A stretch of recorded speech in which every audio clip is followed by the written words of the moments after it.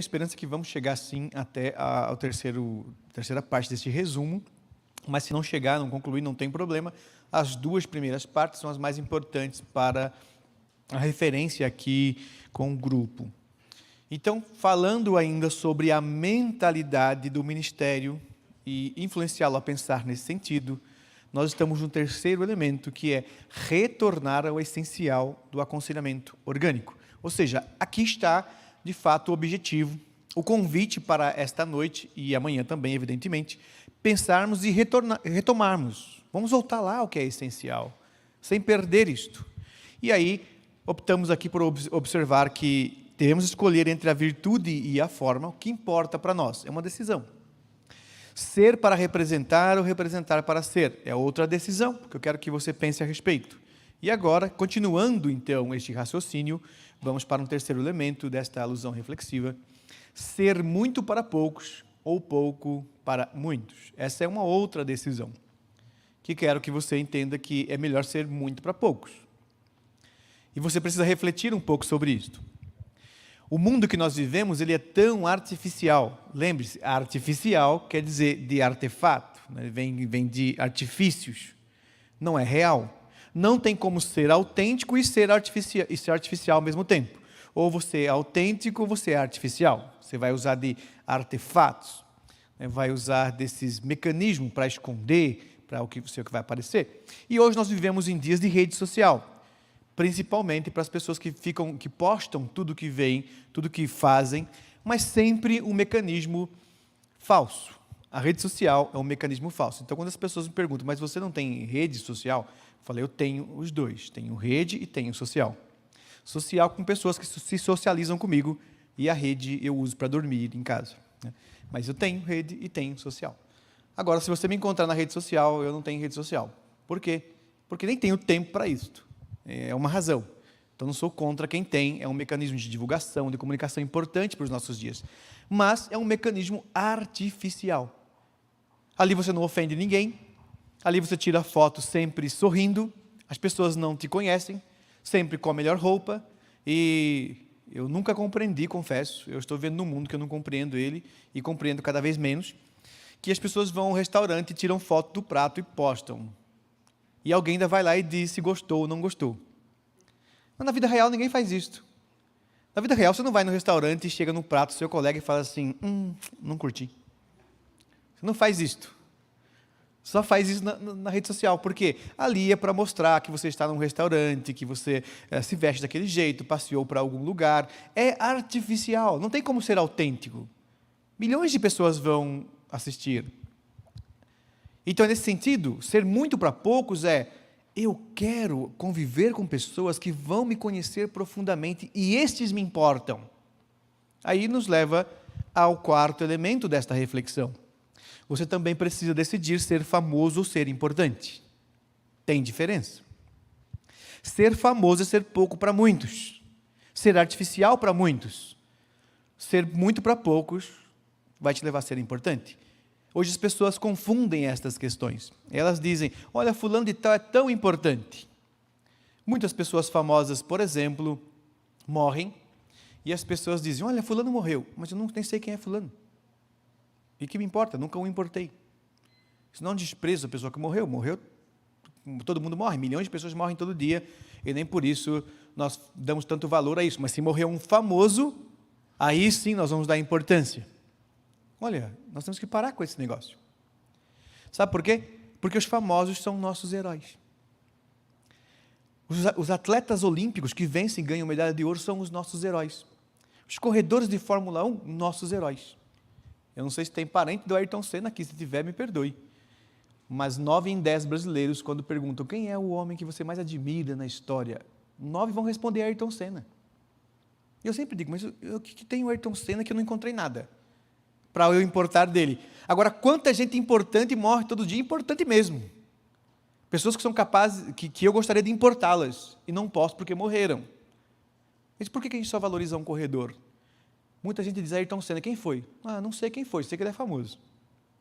Você percebeu? Valorizamos a fama e não pessoas importantes.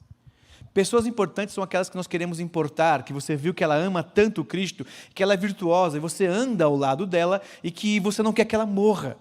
E se ela morrer, você vai fazer questão de preservar. Você quer a memória dela, você quer o espírito dela, porque você quer importar quem ela é. São pessoas importantes.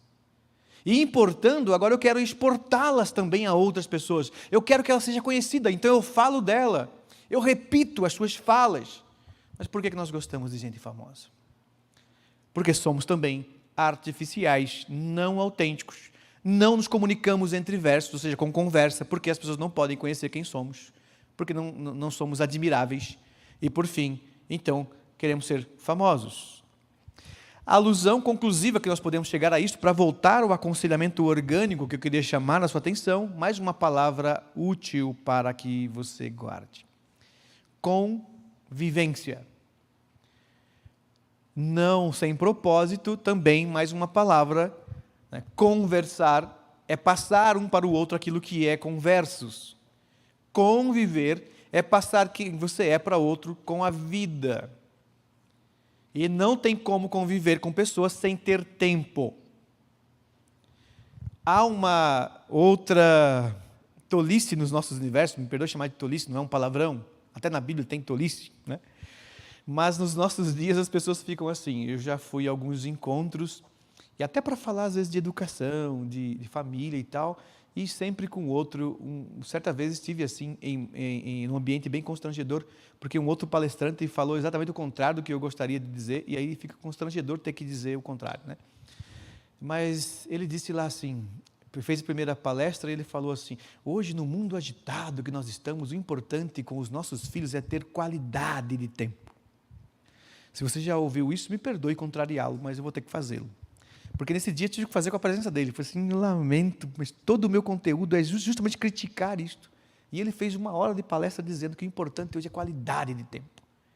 E o que é qualidade de tempo para ele? É você, embora esteja agitado, trabalhando, estudando, gastando seu tempo para ganhar dinheiro, para ser famoso, para postar suas fotos no Facebook, e para você encontrar aquilo, realizar os seus sonhos, e o tempo que sobra, que é pequeno, para pessoas que estão à sua volta, como a esposa, o esposo ou os filhos.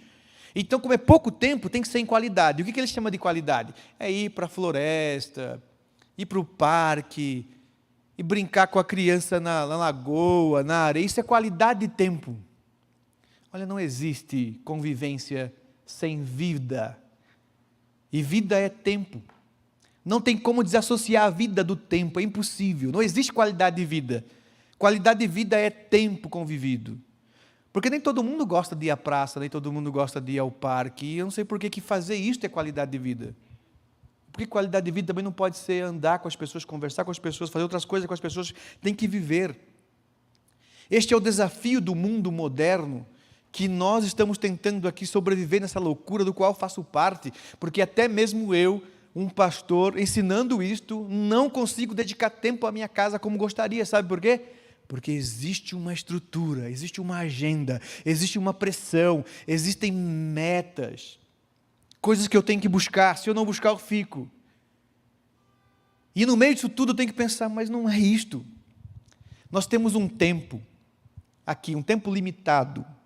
Para aqueles que são membros aqui da igreja, muito que nós estamos falando aqui, é o que eu vou explicar logo mais, amanhã vai sair no sermão também. Mas é um pouco da vida. Olha a poesia que nós temos na vida. Eu vou aqui filosofar um pouco com vocês sobre isso, bem rapidinho. Mas pense como a vida e a Bíblia, os escritores bíblicos eram tão poetas. Quando Moisés narrou como você e eu fomos construídos e feitos por Deus, ele disse assim, Deus foi lá como uma narrativa bem infantil. Que você pode pegar Deus pegou na lama um barro, tateou, formou um boneco. A narrativa é para você imaginar uma coisa bem infantil, que você pode reproduzir com as crianças. Leve uma criança até uma lama e fala assim, vou te mostrar como Deus fez o homem. Dá para encenar isto. Vai lá e faz um boneco de lama e o boneco tem forma de gente, só não tem vida. Mas o que Deus faz depois que tem esse boneco? Ele sopra, ele faz. É isso que ele fez. E quando ele fez, sabe o que acontece com aquele boneco? Aquele boneco fez. Ele respirou o Espírito de Deus. E aquilo foi um milagre. E desde que o primeiro homem, então, respirou, aspirou o Espírito é fôlego, é vento. Deus fez, poeticamente, Deus colocou isto e o homem sugou. E de repente aquele boneco começou a... E está até hoje fazendo isto. Você percebeu? Que o que te mantém vivo é o Espírito, e Espírito é fôlego, e fôlego é o que você fica controlando, então você fica o tempo todo administrando a vida. E nós vamos fazer isso de uma forma tão limitada na vida, que eu acabei de perder 10 anos da minha vida acelerando isso aqui. Nós vamos controlando isso, desde que o primeiro homem foi feito. Então, desde que você e eu nascemos, você estava lá, e uma vez quando contava isso, fui corrigido, hoje não cometo mais esse erro. Fui corrigido por alguém que estava no grupo, no ambiente, que era um médico, e eu disse assim, desde que o médico te deu um tapa no bumbum e você começou a fazer isso, ela falou assim, não, pastor, ninguém mais dá tapa no bumbum de bebê, isso aí é lenda. Então tá bom, não falo mais isso, mas é uma lenda que eu acreditava, né? Que dava lá um tapa para o bebê respirar, então não é isso que se faz, não falo mais isso. Mas desde o dia em que você nasceu, e que de alguma forma você passou a... Você vai respirando, você faz... E puxa de volta. E você vai controlando esse fôlego, até que chega um dia em que Deus diz, Deus não fez isto? E um dia Deus vai fazer. E o Espírito volta a Deus que o deu. E o que sobra? Sobra elementos químicos que voltam para o solo, como disse o autor aos Eclesiastes. Assim é a nossa vida. Ela é curta, ela é rápida, ela é passageira. E nós estamos administrando isto. Então nós temos um tempo limitado em que Deus disse, toma um presente, administre. E agora nós temos esse tempo para administrar. De que maneira? Passando isto às outras pessoas. É conhecer a Deus acima de tudo e torná-lo conhecido. Da manhã, esse é o tema do sermão. Se não quiser vir amanhã, já está o sermão aí. Esse que eu vou falar amanhã.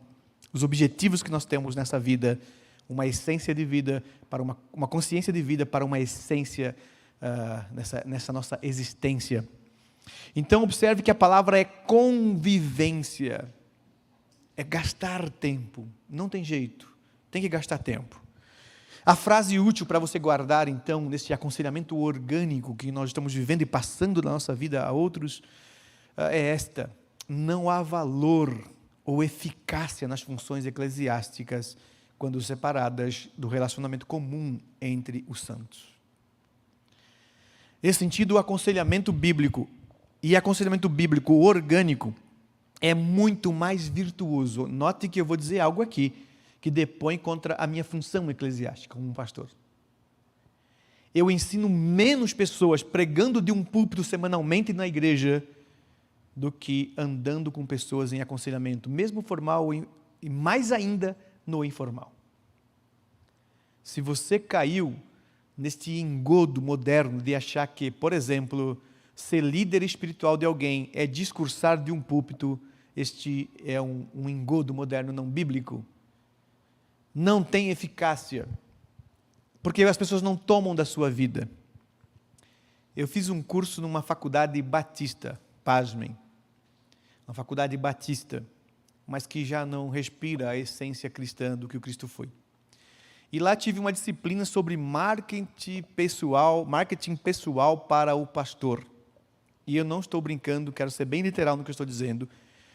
Lá eu tive aula com pessoas do marketing que ensinavam como você pode ser um bom líder. E um dos itens para ser um bom líder moderno como um pastor é manter distância das pessoas que você lidera. Porque as pessoas não respeitam aqueles com quem tem intimidade. O pastor não pode ter intimidade. Então você tem que ser o homem da vitrine. Lá me ensinaram que para você ter confiança na liderança que você tem que ter espiritualmente, você tem que ter um marketing na sua pessoa. Então tudo tem que ter o seu nome. Se possível, coloque a sua foto na porta da igreja. Faça palestra, tenha um canal de televisão, um programa no rádio, para as pessoas observarem que você é uma pessoa importante, mas importante no sentido famoso. E ainda, pasme, use ouro. Eu uso aqui um anel, uma aliança de ouro que é do casamento, tá? Não é porque é para aparecer, não. Mas lá tinha, as pessoas respeitam quem usa ouro, use correntes de ouro, anéis e pulseiras de ouro. As pessoas respeitam. Use desodorante caro. Até isso tem lá. Marketing pastoral, para que quando o pastor entrar na igreja, todo mundo fica, esse aí é importado, hein? Já senti de longe, esse é importado, isso não é para qualquer um, não. As pessoas respeitam. Interessantemente, eu dou aula numa universidade que é conhecida no Brasil inteiro, que é a Unileia, de neurociência, e lá, a boa parte dos alunos que procuram os cursos de neurociência são coaches, ou pessoas interessadas no neuromarketing. E sabe o que estuda lá? A mesma coisa que estudei na faculdade pastoral. Marketing. Você percebeu? Não há valor ou eficácia nas funções eclesiásticas se separarmos ela dos relacionamentos comuns entre os santos. Então o pastor tem que andar no meio das pessoas. Tem que ser acessível. E se você é um conselheiro, discipulador, líder da mocidade, tem que pensar assim, não é isso que eu quero andar com pessoas sábias, conviver com ela e importá-la, e depois conviver com outros, para que eles também me importem. Isto é a missão de Cristo, isto vale mais. Então, observem que o terceiro elemento é retornar ao essencial do aconselhamento orgânico. E o último ponto da reflexão de hoje à noite, sobre esta mentalidade ministerial, é restabelecer as bases do aconselhamento orgânico eficaz. Então, agora, para a conclusão de hoje, ou seja, a conclusão da primeira parte, se já chamou a atenção, que é uma forma introdutória, pense comigo como nós podemos estabelecer ou restabelecer, na verdade, assim deveria estar escrito aí, as bases do aconselhamento orgânico eficaz. Não basta ser orgânico. Se ele é melhor que o estrutural, como ele pode ser de fato eficaz, alcançar o objetivo com a minha pessoa e com aqueles com quem quero conviver? Então, vamos refletir um pouco sobre alguns tópicos. Primeiro, sobre o ter a mensagem ou ser a mensagem. E aqui vou dar um exemplo bem típico. Aconteceu comigo diversas vezes, eu imagino que com outros pastores que estão presentes aqui, ou líderes que pregam, também deva ter acontecido. O meu recorde de ser chamado para pregar de última hora foi de uma música no culto, um cântico. Esse foi o meu recorde. Ninguém ainda me chamou assim, você está aí, vem cá pregar. Na hora, assim, ainda não aconteceu, mas aconteceu 3 minutos antes. Né? Está eu num evento, em alguma igreja, depois desse cântico você vai pregar. Não tem nenhum problema. Mas isso assusta pregadores. Sabe por quê? Porque são pregadores que pregam o esboço. Pregam sem crer. Pregam que não vivem. Oferecem aquilo que não engolem. Dão água que não estão bebendo. Isso é possível para um pregador moderno. Porque você vai até para um seminário, do qual também fiz parte e faço parte até hoje, e lá você aprende regras de oratória, de homilética, aprende a montar um esboço, e depois no dia de pregar, note, não estou contra isso é estrutura. Eu estou contra o indivíduo falar o que está no esboço e de terminar o culto você perguntar, o que você pregou? Será que está na sua vida? Ele nem se lembrar, espera que eu tenho que pegar meu esboço, que eu não lembro mais o que eu preguei. Isso que eu estou fazendo-o pensar. Que isso é possível.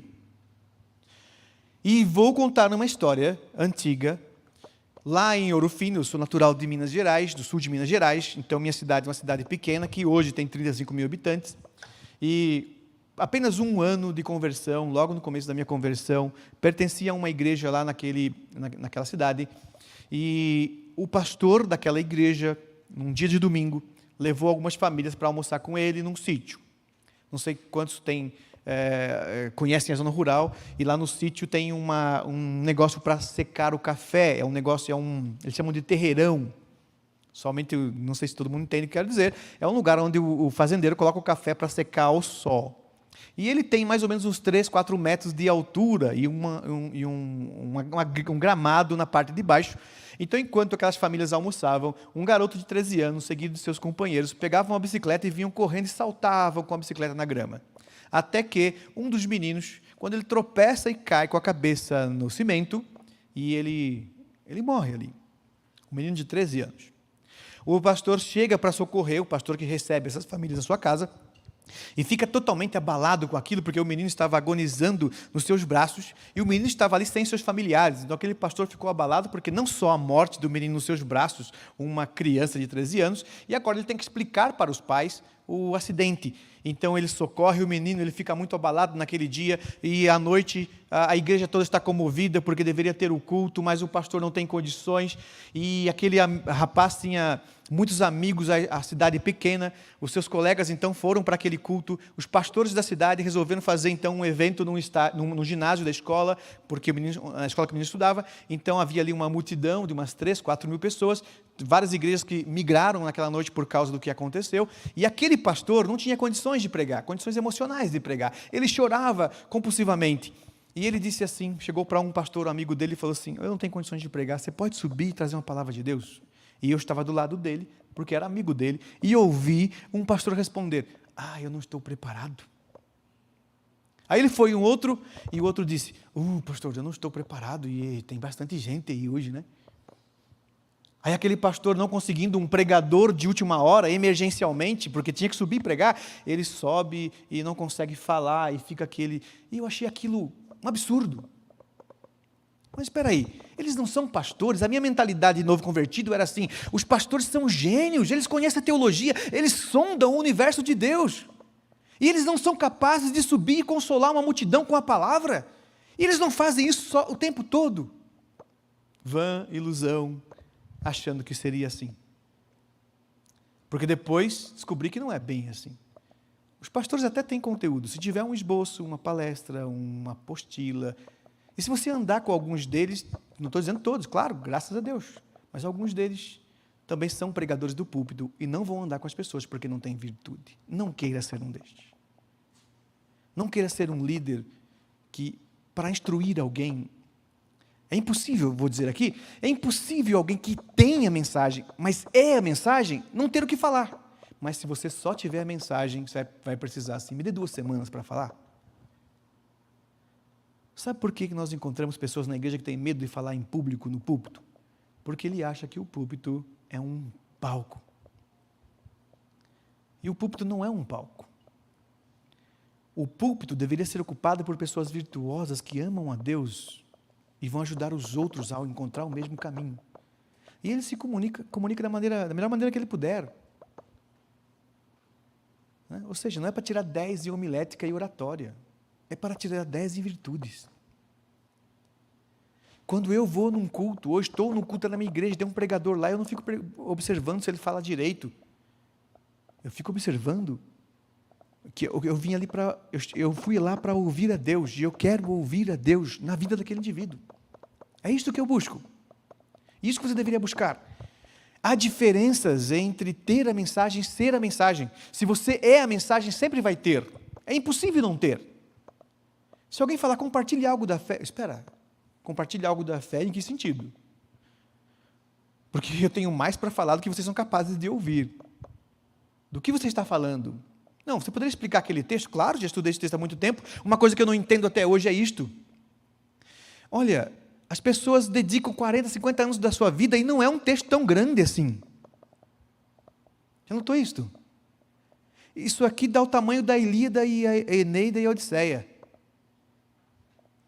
E qualquer pessoa que estudar isso por 2, 3 meses é capaz de citar, recitar, explicar tudo que tem nesses 3 livros, tem mais páginas do que isto.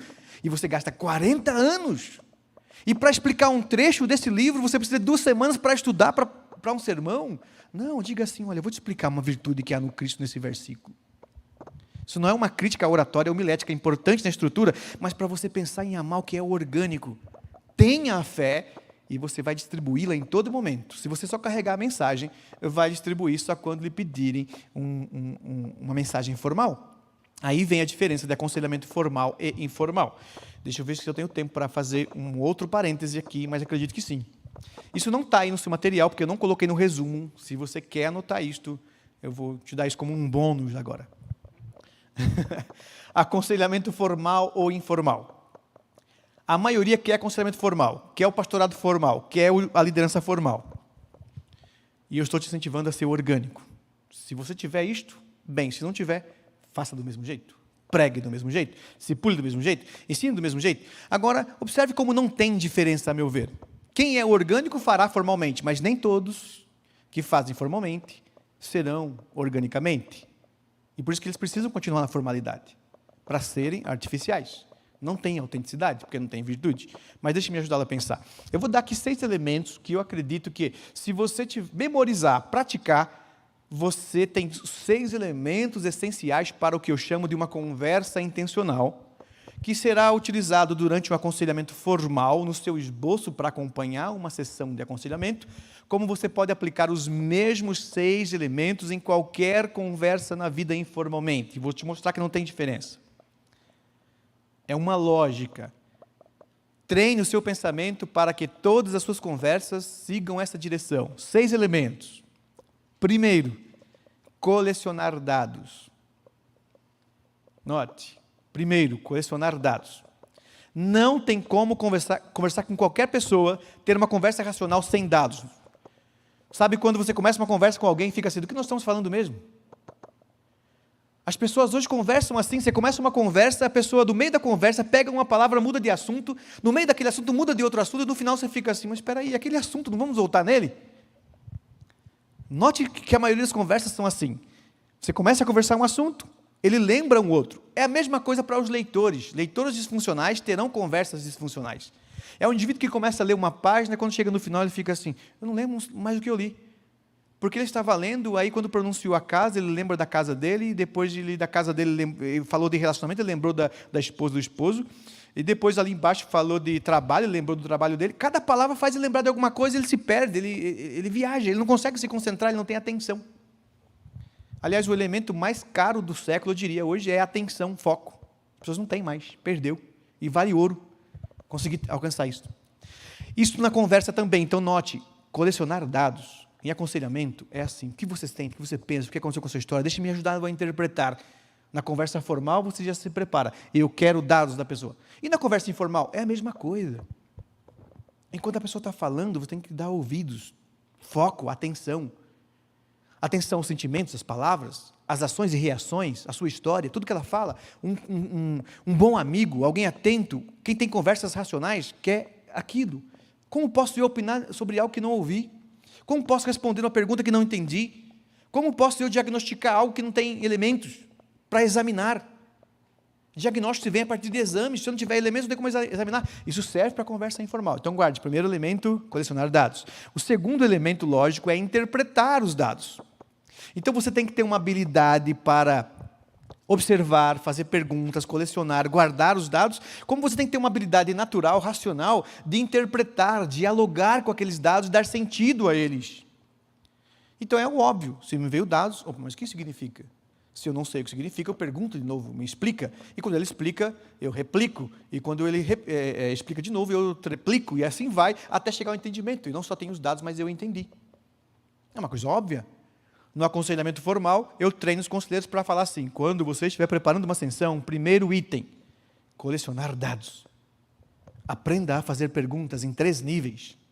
Faça uma pergunta aberta e a pessoa comece a falar. E quando ela começar a falar, faça perguntas fechadas para que ela resuma. E quando ela resumir, faça perguntas conclusivas, porque aí você vai ter certeza que interpretou corretamente.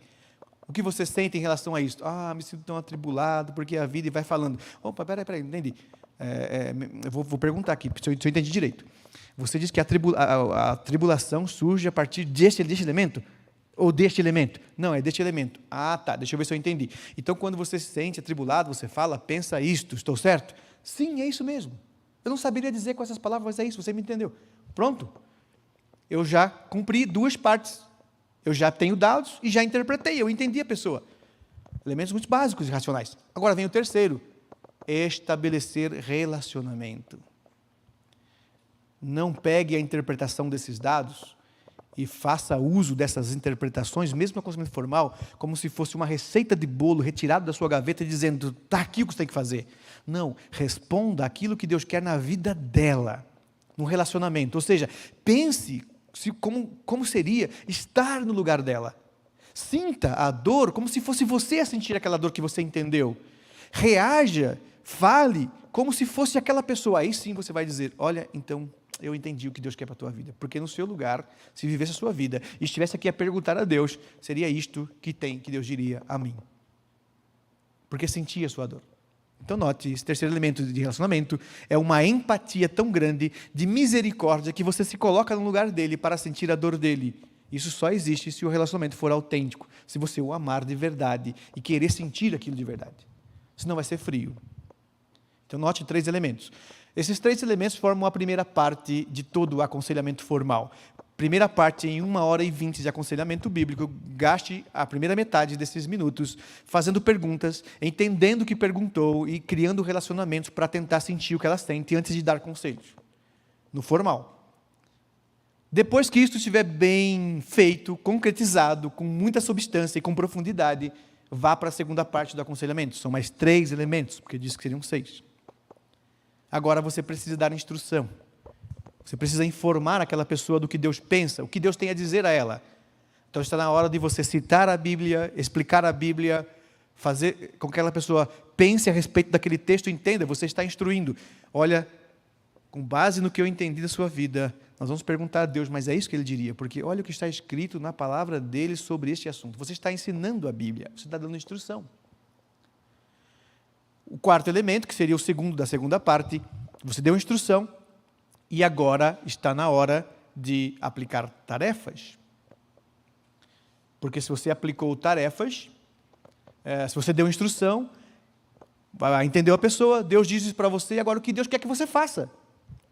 Então eu vou dar, agora vem a hora do conselho. Olha, com base no que você pensa, que eu entendi. E com base no que Deus falou, agora eu vou te recomendar. Você precisa pensar isto, falar aquilo, memorizar isto, agir dessa forma, tirar isso, colocar aquilo. E é adequado que a vida dela tem que mudar. Eu dou conselhos, tarefas. Faça isto, você tem uma semana para praticar isso, amadurecer isto, ler aquilo, memorizar aquilo, pedir perdão sobre isto, se arrepender desse pecado, se reconciliar com alguém. Então, tudo adequado àquilo que Deus disse a ela. Eu recomendo tarefas. Esse é o quarto elemento, mas é o quinto elemento, mas tem o sexto, que é o terceiro da segunda parte. Não adianta terminar aí. Eu tenho que dar a ela esperança. Porque, do contrário, vira meu conselho. Agora, quando eu termino tudo isso dizendo assim, olha, não vai embora para casa achando que eu te dei um conselho. Eu não te dei conselho. O conselho é bíblico. Eu entendi a sua vida, eu me relacionei com você, senti a sua dor, buscamos a palavra de Deus, está aqui o que você quer fazer, eu estou te recomendando isto e vou andar com você até você cumprir, mas qual é o objetivo? Por que você deveria fazer? Por que você deveria temer? Por que deveria levar isso a sério? Por que você tem que mudar a sua vida? Por que você tem que amar isso que eu estou dizendo a você? Aí está na hora de dizer a razão, o objetivo, o que vai acontecer com a tua vida se fizeres isto, se fizeres isto. Você vai conhecer mais a Deus. Você vai mudar os seus relacionamentos. O sofrimento talvez não mude, o mundo não vai mudar, mas você vai mudar. Você vai enxergar as coisas diferentes. Você vai ver as pessoas diferentes. Você vai amar pessoas diferentes, de forma diferente. Por quê? Porque você vai conhecer o Cristo. E aí acabou o aconselhamento, agora vai embora. Semana que vem nós vamos ver de novo. Formalmente. Então note, colecionar dados, interpretar dados, estabelecer relacionamentos. Segunda parte, dar instrução, aplicar tarefas e dar esperança. Pronto. Será que isso também funcionaria no aconselhamento formal? Estou eu a andar pela rua e você diz, vamos à padaria tomar um café com pão de queijo? Falei, com prazer. Estamos lá conversando e eu lhe pergunto, como vai a vida? O que eu quero com isso? Dados. E você me diz assim, você que está me intrometendo na vida? Não, eu quero relacionamento contigo. São 3 elementos juntos, que funcionam juntos. Eu não quero me intrometer, eu quero entender você, saber se eu ter uma conversa racional, uma conversa útil, para não ficar aqui perdendo tempo. Vamos falar do Corinthians, do Palmeiras, do sei lá o quê. Não, vamos falar de bobeira não, isso aí a gente fala quando não tem tempo para perder. Vamos aproveitar o relacionamento. Aí você me diz assim, ando sofrendo. Digamos que você diga isso. Ando sofrendo, mas sofrendo por quê? Perguntas. E quando você começa a dizer, você fala assim, espera aí, é muito longa essa sua história, eu preciso entender direito. Você está me dizendo isso? Sim, é isso mesmo, você entendeu. Sim, olha, você é realmente alguém muito atencioso. E quando eu estou falando, você está pensando em como entender. Você não está viajando, esperando a hora de falar, você me entende, você me dá atenção. Sim, é isso, eu estou interessado na sua vida. Puxa, eu não sabia que você era tão amigável assim. Ou seja, é simultâneo. Eu estou fazendo perguntas, interpretando e criando relacionamentos. Mostrando como é importante aquilo para mim. Eu não estou perdendo a minha vida, eu estou investindo a minha vida, eu estou convivendo. E esse tempo é muito importante. Eu estou passando pela vida e me alegro de estar passando esses minutos com você. Bom, se em algum momento isso já estiver alcançado, você vai notar que eu vou começar a falar para você de virtudes, de Deus, do Cristo, da palavra. Não precisa ter uma Bíblia aberta. Eu vou lhe dizer assim, olha, eu entendi o que você está vivendo, mas tem coisas desse tipo na palavra de Deus. Deus tem recado para isto. Deixa eu dizer o que Deus quer que você saiba nessa sua vida aí. Explico. Ah, é sério? Sim, olha, tem um texto, não temos aqui uma Bíblia, mas tem um texto que diz sobre isto aqui, explico aquele texto, tentando ser o mais profundo possível. E depois que fez isto, tem tarefas. Ah, mas você dá tarefa para as pessoas numa conversa informal? Sim. Porque a gente pensa que dar tarefa é dar formulário. Dar tarefa é dizer assim, olha, sabe o que você deveria fazer agora que você está sabendo disto? Meu conselho, eu vou te dar um conselho. Quando você voltar para casa, fale com aquela pessoa. Não guarde amargura no coração, prejudica você. Você está se envenenando.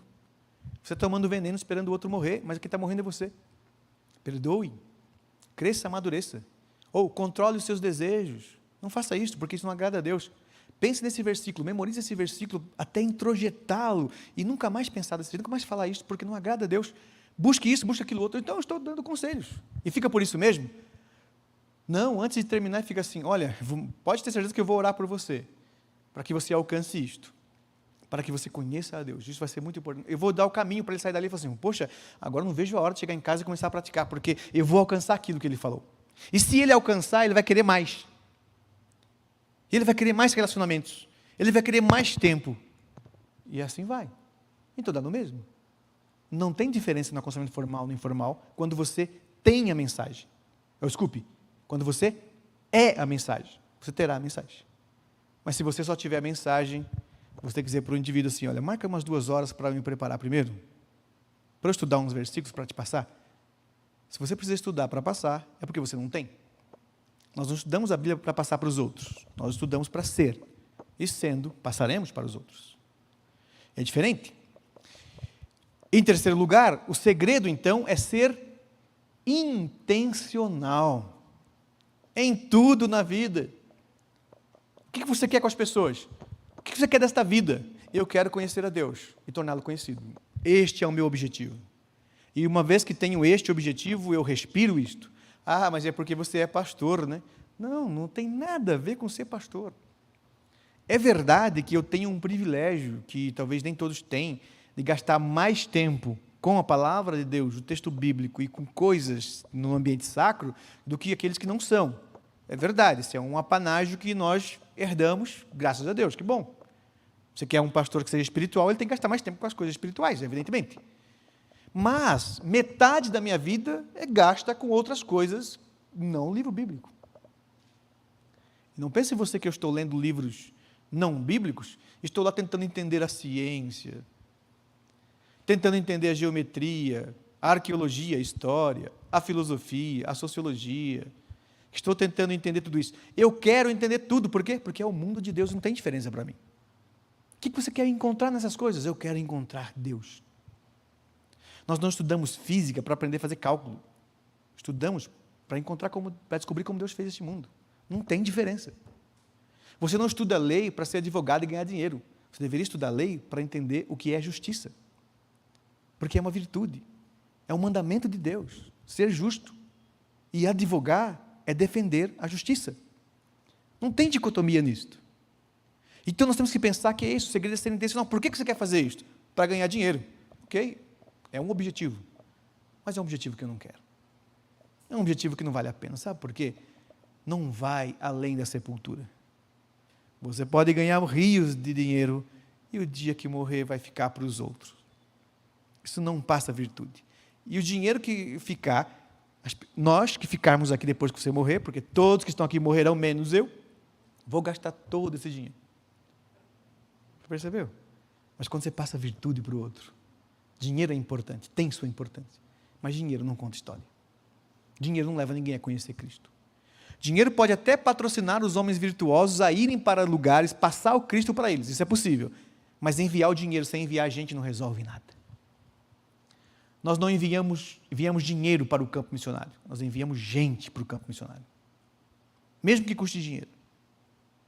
Quando nós damos uma oferta missionária, não é auxílio monetário para aquela pessoa. Não veja isto. É uma forma de providenciar que o missionário esteja no campo, para que aquelas pessoas que estão lá conheçam a Deus através da vida dele. Isso é diferente. Aí dinheiro tem importância, mas dinheiro não é o fim. O segredo de ser intencional é perguntar qual a intenção. E, em quarto lugar, a intencionalidade, então, é o que faz toda a diferença. Quando perguntamos, o objetivo resolve tudo. Aliás, isso resolveria até mesmo nossos conflitos. Já percebeu isto? Se você costuma ter conflito com pessoas, sempre pergunte o objetivo. Por exemplo, o marido e a esposa estão lá discutindo uma coisa bem tola, às vezes. Às vezes a discussão é uma tolice. Os dois resolveriam facilmente perguntar, mas por que a gente está brigando mesmo? Qual o objetivo dessa conversa? Não, o objetivo é chegar à verdade. Então nós temos o mesmo objetivo, então não precisa ficar brigando. Então vamos ponderar os fatos. Não é simples? Mas por que não é tão simples assim? Porque, na verdade, eles têm objetivos diferentes. E parte dos objetivos num conflito é provar que o outro está errado. Não é a verdade. É um compromisso com o erro, desde que o erro seja do outro. É assim que cria conflito. Porque se parasse os dois, qual é o objetivo? O objetivo é solucionar? Então nós não somos inimigos, nós estamos do mesmo lado. Vamos buscar esse objetivo juntos, então não é mais fácil?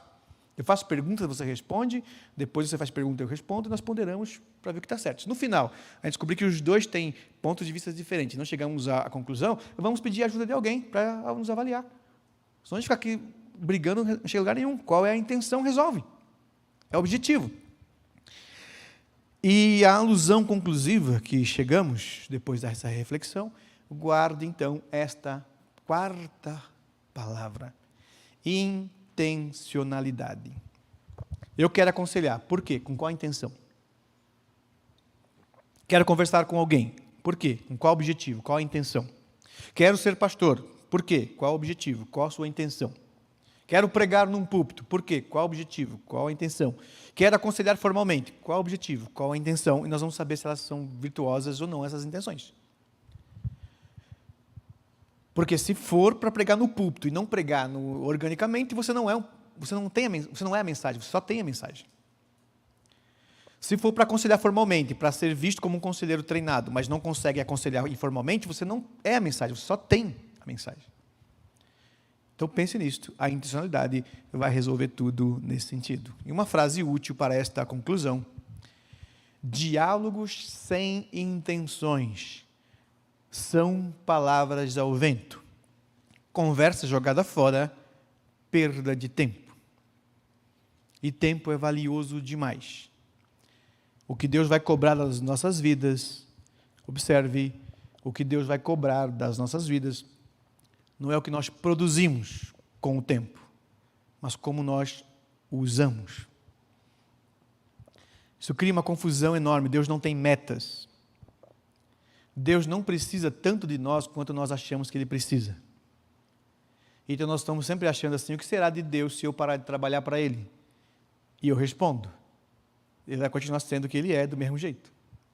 Mas se você parar de trabalhar para Ele, quem você será? Você perde muito, Ele não perde nada. Então nós não podemos achar que Deus tem metas para nós. Evangelize tantas pessoas, discipule tantas pessoas, pregue tantas mensagens, e se você alcançar essa meta, olha, você vai ter feito a minha vontade. Não. Talvez alguns de nós, de fato, vai conseguir influenciar centenas e milhares de pessoas de maneira orgânica, eu acho impossível. Mas de maneira não orgânica, formal, vai ter gente que vai influenciar milhares de pessoas, centenas de pessoas, mesmo superficialmente. Mas alguns de nós vão influenciar apenas 1, 2, 3 pessoas, pela vida inteira. Então não é o quanto, mas é o como. Como nós usamos o nosso tempo. É uma dádiva. E no final da sua vida, Deus vai pedir conta. Não vai pedir conta de quanto dinheiro ganhou, quão famoso foi, quantas mensagens pregou, como disse, não é o quanto você fez. Deus não vai medir: olha, eu tenho um padrão, e meu padrão é esse. Se ficar abaixo, você é medíocre. Se ficar acima, você foi bem-sucedido. Não existe esse padrão. Pelas ações. Somos diferentes e vamos produzir coisas diferentes. Nem todos pregaremos no púlpito, porque nem todos seremos pastores. Mas todos nós devemos ser a mensagem cristã e informalmente e organicamente pregá-la. Deus vai cobrar, então, disto. Um advogado que não é a mensagem, Deus vai cobrar dele. Um professor universitário que não é a mensagem cristã, Deus vai cobrar dele. Uma dona de casa que não é a mensagem cristã, Deus vai cobrar dela. E do pastor? Deus não vai cobrar se pregamos um sermão bem sucedido, bem arrumado. Deus vai cobrar se, durante nosso ministério, em nossa casa, com a nossa família e com quem nos relacionamos, de fato nós confessamos o Cristo, importamos o Cristo. É mais ou menos assim: te dei uma vida e você começou, te dei o tempo e você terminou. O que você fez com ele? Como me conheceu? E como me tornou conhecido? Ficou um rastro? Você me deixou lá para os que ficaram? Percebeu? Algumas pessoas serão milionárias, outras serão extremamente pobres. Pessoas serão famosas, outras serão anônimas. Somos diferentes, não somos iguais. Isso pouco importa para Deus. Uma dona de casa que não influenciou milhões como um pregador televisivo, mas se importou Cristo para si, e durante o tempo, com todos que se relacionou, talvez sejam seus próprios filhos, no final Deus vai dizer, 100% do seu tempo me glorificou.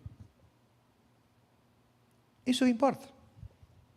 Isto é orgânico. Deus vai pedir conta da nossa vida, e não do nosso trabalho, não do nosso emprego, não de nossas funções, de nossa vida.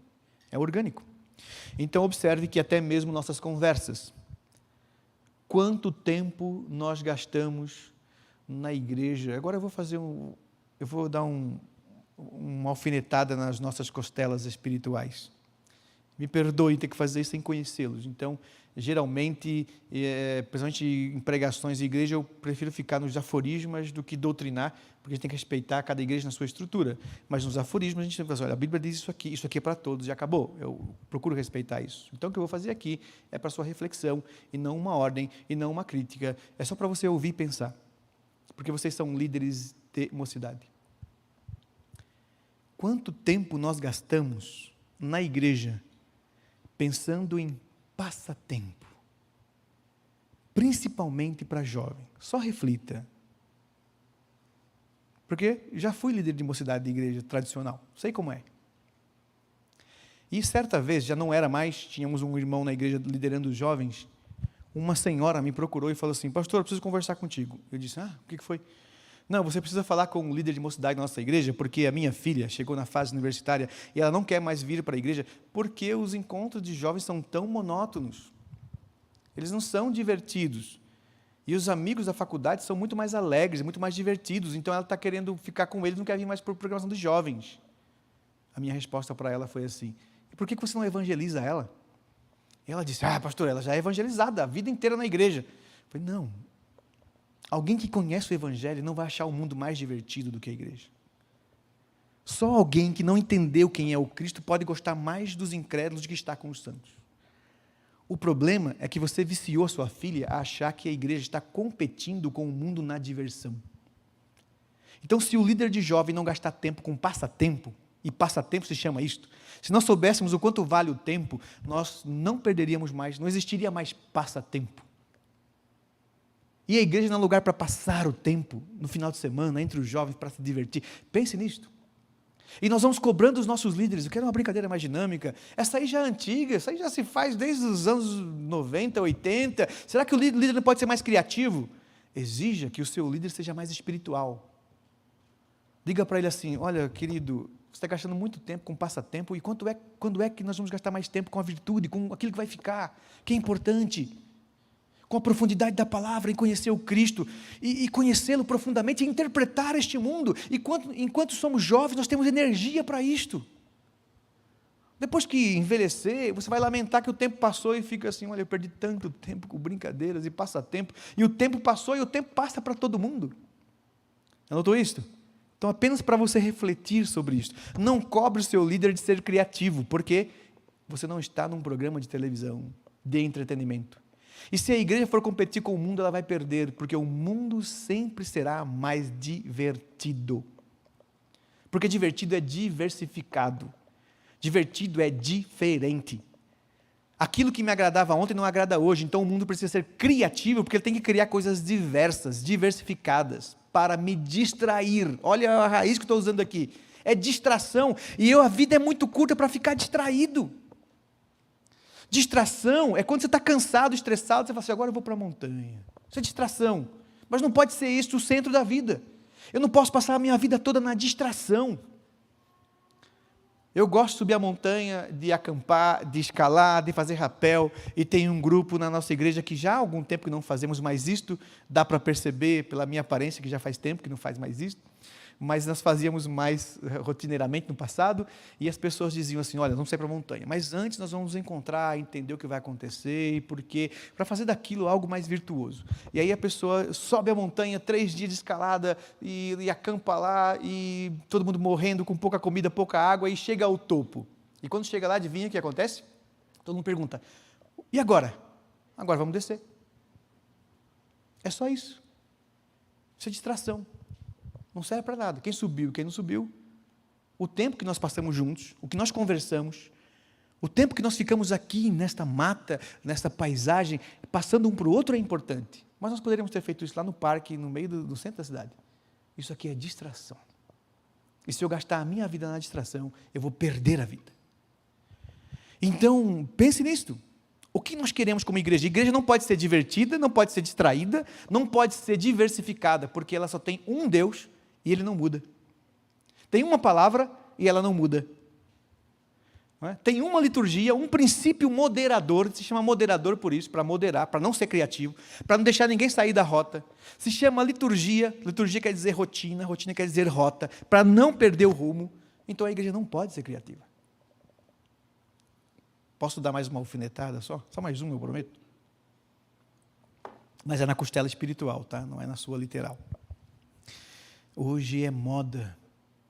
Os pastores querem implantar igreja e perguntam, se eu não pintar a parede de preto, colocar um banquinho. Olha, eu fui pregar numa igreja e perguntei, cadê o púlpito? Não, pastor, não tem púlpito, é esse banquinho aí. O banquinho? Ah, tá. E com luzes baixas e muita música. Imagine você depois falar assim, agora abram a Bíblia que eu vou explicar Deus aqui para vocês. Ninguém mais quer saber de Deus, porque a euforia já chegou no céu. O ambiente não é para falar de Deus. O ambiente é para falar de alguma coisa divertida. Essa é a igreja diversificada de hoje. Mas nós estamos falando de algo que temos que reestabelecer as bases do que é orgânico, a vida. Nós não queremos o que ele fala, nós queremos o que ele é. Assim deveríamos liderar essas pessoas. Então observe que serve para tudo. Guarde essa frase, diálogos sem intenções são palavras ao vento, conversa jogada fora, perda de tempo, e tempo vale muito, e tempo convivido é vida passada, e tempo convivido e passado em conversa é conversos, nós passamos, e autêntico, pessoas autênticas que têm a mensagem, elas passarão isso em conversas, através dos versos, e passaram isto convivendo, dando sua vida, e farão isto intencionalmente. Eu não quero perder tempo, eu tenho um objetivo aqui na Terra, muito claro, e não posso perder tempo. Não sou contra a diversão, mas lembre-se, diversão é distração, é o mínimo da vida. E se eu puder usar a diversão ainda para encontrar alguma virtude, eu farei. Se não puder, é alguns minutos, para não perder muito tempo. Esta é a mensagem para nós, antes de entrarmos no segundo tópico, que é para desenvolver a mente, e amanhã falaremos, se o Senhor permitir, da habilidade. Não adianta ter habilidade sem a mente, por isso começamos pela mente. Então nós vamos parar por aqui, e eu falei que ia parar às 10, né, a pedido do Mateus e do Lucas, mas já passei, eu entendi 10, e aí o Mateus falou que era 10, depois o Lucas falou, não, é 10, eu entendi então 10 e 10, né? E é 10 e 10. Então nós vamos encerrar agora, então, mas perguntas pode ser para amanhã então, Mateus, para não estender, ou você ainda pode mais um tempo ainda, até 15 para meia-noite ainda é possível? Muito bem, há alguma pergunta que você gostaria de fazer em relação ao conteúdo de hoje, evidentemente, se for algo que a gente vai falar amanhã, eu digo, não, guardem para amanhã, mas do que foi falado, do entendimento, sobre a mente do conselheiro e do conselheiro orgânico nos tópicos que abordamos. Há alguma pergunta?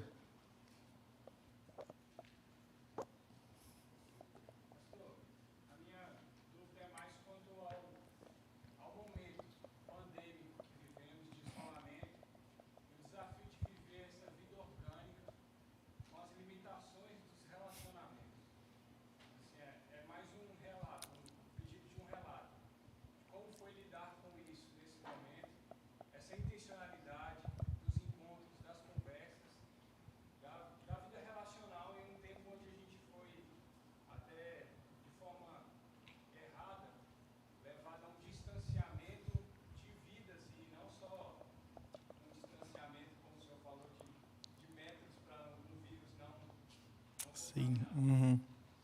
Muito importante a pergunta é, qual que é o seu nome? Pedro. Pedro. Então, é um tema elementar para os dias atuais, não é?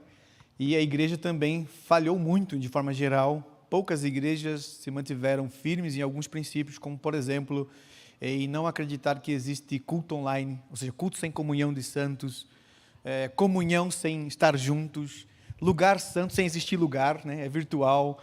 Então, o mundo hoje ele está numa neurose gigante e as igrejas também estão indo nesse caminho. Fato. Para nós é um desafio, é mais um. Esse desafio não é novo, não é por causa da pandemia, ele já existia. Não sei qual é a cultura aqui em Brasília, eu venho sempre aqui pouco tempo e volto, mas eu vou dizer da minha cultura pessoal e a cultura de onde vivo. Porque desde os meus 18 anos eu fui para São Paulo para estudar e nunca mais voltei a morar em Minas Gerais. Então já estou lá há muito tempo, ou em São Paulo, e agora há mais de 10 anos em São José dos Campos, que é estado de São Paulo.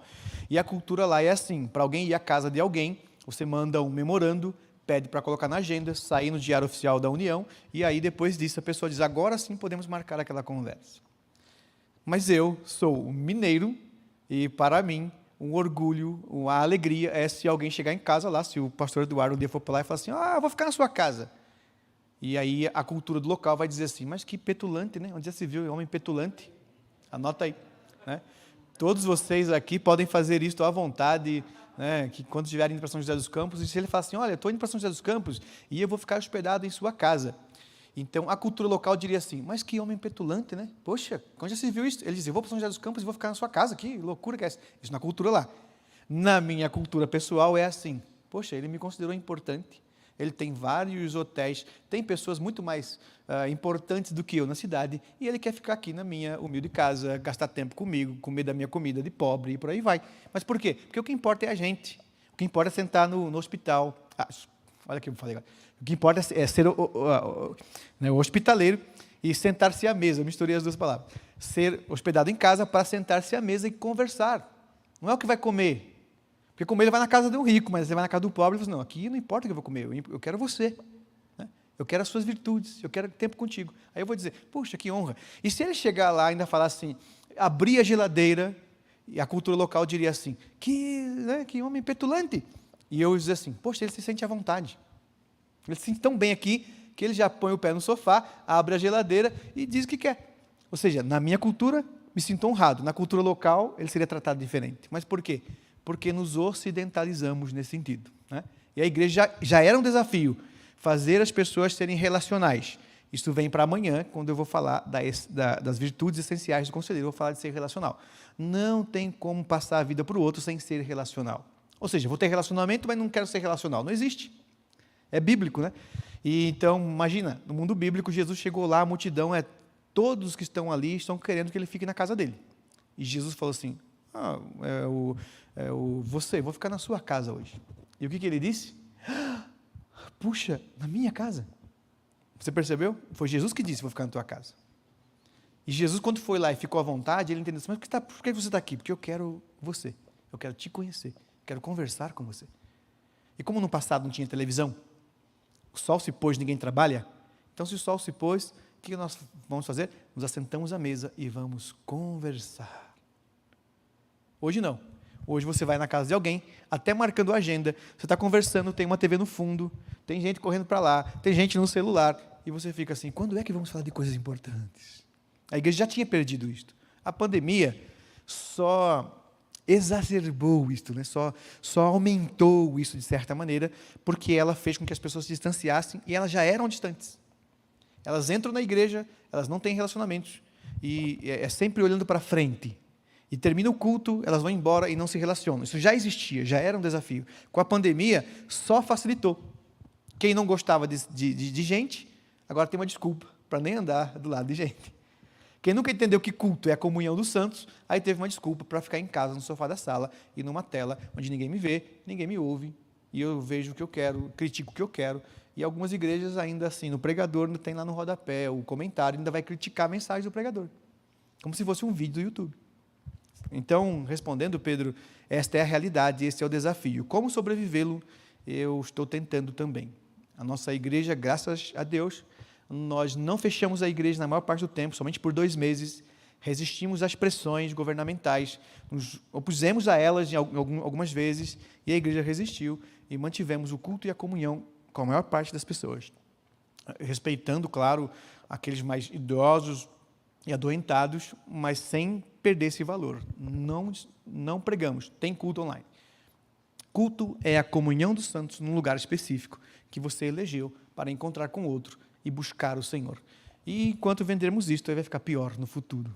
Então, constatado o problema, não vamos poder resolvê-lo, mas é um desafio para nós. Alguma outra questão para a conclusão de hoje à noite? Sim, por favor. Duas questões que você vai ser tão pertinente. A primeira delas em relação a diferentes visões de interpretação bíblica e, geralmente, quando aplicar em algum conselho. Você está conversando com alguém e a pessoa tem uma corrente hermenêutica que ela não concorda com a aplicação do texto. Como é que seria aconselhar alguém em tornar uma discussão teológica, às vezes um tema sensível, né, que a pessoa não concorda, mas você entende que ela precisa modificar isso, mas Sim. está envolvido várias questões de interpretação. Ok.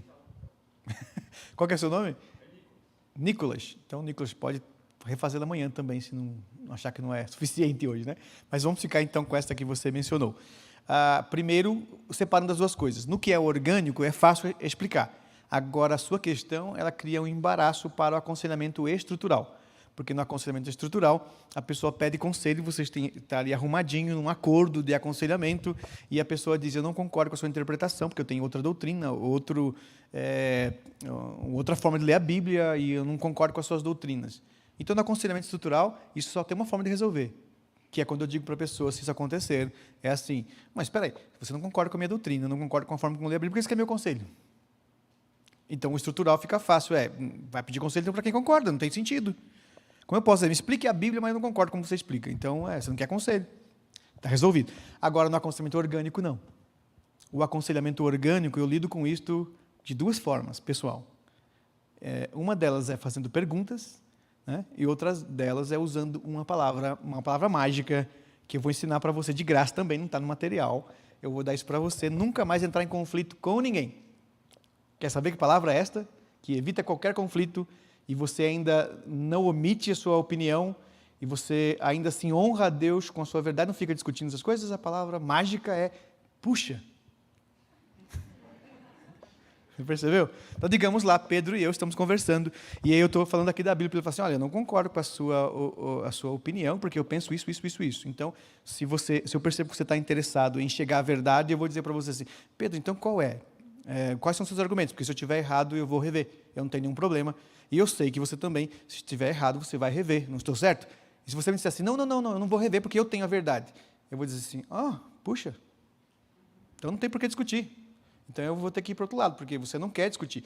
Quem quer discutir, quer a verdade, tem que ter a predisposição de estar errado. Eu tenho, mas você não tem, então não tem sentido. Mas você não quer, eu estou disposto. Percebeu? E a resposta é, puxa, você tem a verdade, né? Então tu és patriota, cidadão de bem, pode julgar todo mundo, eu não. E eu não quero julgar todo mundo. Isso serve para qualquer conflito. Vou ajudar você a pensar. Qualquer pessoa. Eu já tive alguns embaraços na vida e eu tenho um voto com Deus assim. Meu voto pessoal com Ele é assim. Eu não vou omitir a minha opinião, mesmo que me custe a vida. Eu nunca vou negar a verdade. Ou você nega isso ou morre. Não, é a verdade, eu não posso negar. Nunca vou omitir. Mas nunca a darei se não pedirem. Esse é meu acordo com Deus. Então, o que significa que eu posso conversar com pessoas e que pensam absurdos. No meio evangélico, é o meio mais absurdo, mais fantasmagórico que você possa imaginar. As pessoas creem em coisas que, olha, é difícil os autores de fábulas conceberem as ideias às vezes. Eles veem anjos, eles veem demônios, eles vão ao inferno, voltam, eles criam diálogos com Satanás, eles vão ao terceiro céu e retornam. É um mundo assim, do jeito que você quiser. E a pessoa vem e me conta, não, eu estava lá nos meus aposentos, Deus me apareceu, me arrebatou lá no inferno eu conheci o diabo, eu tomei uma sopa no caldeirão, voltei, e sabe o que eu digo? Puxa, isso deve ter sido uma experiência fantástica. Aí ele fala assim, e o que você acha disto? Não peça a minha opinião. Aí eu vou dizer, isso é um absurdo, é uma loucura enorme, você fantasiou, você dormiu, sonhou, e isso não pode acontecer. Não, mas aí você está querendo impor sua opinião. Eu não, você que me perguntou. Se não tivesse perguntado, eu estaria aqui ouvindo as suas histórias, e você acredita ou não, mas é crença sua. Quem sou eu para mostrar para você o que é verdade ou não? Eu confio só naquilo que eu vou ler. A minha base de revelação é interpretar um texto e descobrir o que ele está escrito. A sua não, a sua é sensorial. E se eu for usar a sensorial para revelar, olha, eu tenho muitos sonhos também. Eu tenho sensações, eu tenho sentimentos, eu tenho 27 sentidos no meu organismo que estão aí a tatear o universo, e nem por isso eu cedo a eles. Porque eu sei como funciona o corpo humano, eu sei como funciona o cérebro, eu sei como funciona o meu lobo occipital, a minha área de Broca, a minha área de Wernicke. Eu sei como meu cérebro produz imagem. Agora você está confiando nisso, eu não confio nisso. Percebeu? Eu chamo isso de alucinação. Mesmo que tenha eu vendo visões, é alucinação. Está escrito, não está escrito. Então, na minha cabeça é fantasiosa. Agora, para você não, eu respeito, mas você parece não respeitar. Você percebeu? O puxa ajuda qualquer coisa. Então, mas Pedro é nesse sentido, então, que eu posso te responder. Se for no aconselhamento estrutural, diga, não tem jeito de te aconselhar, vamos parar com esse encontro aqui, porque não vai funcionar. Se for no relacionamento, diga, puxa, não, mas eu quero a sua opinião. Não, mas se você quiser, minha opinião é essa. Mas eu não quero debater. Então, não quer debater, eu quero. Eu estou afim da verdade. Eu não acredito em qualquer coisa. Você sim. Então, o puxa resolve. Puxa, então não quer? Lamento. Né? Então, essa é a saída que nós devemos dar. Né? Eu sei que são 10h20 e vamos terminar agora para sermos redundantemente simétricos, porque eu disse que 2 pessoas me disseram 10, eu parei 10h10. Aí, como 2 pessoas disseram 10, 10 e 10 somam 20, 10 e 20, né? Vamos encerrar, então. Deus abençoe a todos, né? Um bom descanso. Sei que é cansativo ficar aqui por horas. E se o Senhor permitir, então amanhã nos veremos novamente. Que horas? Às 9? 9 horas. 9 horas, ok. 9 horas amanhã, se o Senhor permitir, nos encontraremos de novo. Deus abençoe vocês.